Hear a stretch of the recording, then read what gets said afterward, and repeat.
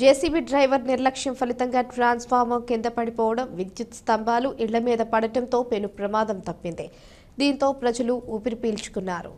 నగరంలో పెద్ద ఎత్తున రోడ్ల విస్తరణ, కూడళ్ల ఏర్పాటు, డ్రైనేజ్ కాలువల నిర్మాణ పనులు జోరుగా సాగుతున్నాయి.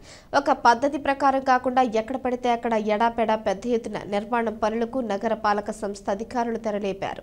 రోడ్ల విస్తరణ పేరుతో, డ్రైనేజ్ కాలువల నిర్మాణం పేరుతో గుంతలు తవ్వినంత వేగంగా పనులు చేయకుండా సాగదీస్తూ ఉండడంతో నగర ప్రజలు ఇబ్బందులను ఎదుర్కొంటున్నారు. నగరంలోని ముత్తరాసుపల్లిలో డ్రైనేజ్ కాలువల ఏర్పాటుకు గురువారం రాత్రి నగర పాలక అధికారులు పనులు చేపట్టారు. కాలువల ఏర్పాటుకు అడ్డంగా ఉన్న విద్యుత్ స్తంభాలను జేసీబీతో తొలగించే ప్రయత్నం చేశారు. జేసీబీ డ్రైవర్ నిర్లక్ష్యంగా వ్యవహరించడంతో అక్కడ ఉన్న ట్రాన్స్ఫార్మర్ కింద పడిపోగా విద్యుత్ స్తంభాలు ఇళ్ల మీద పడ్డాయి. ఆ సమయంలో విద్యుత్ సరఫరా లేకపోవడంతో పెద్ద ప్రమాదం తప్పింది.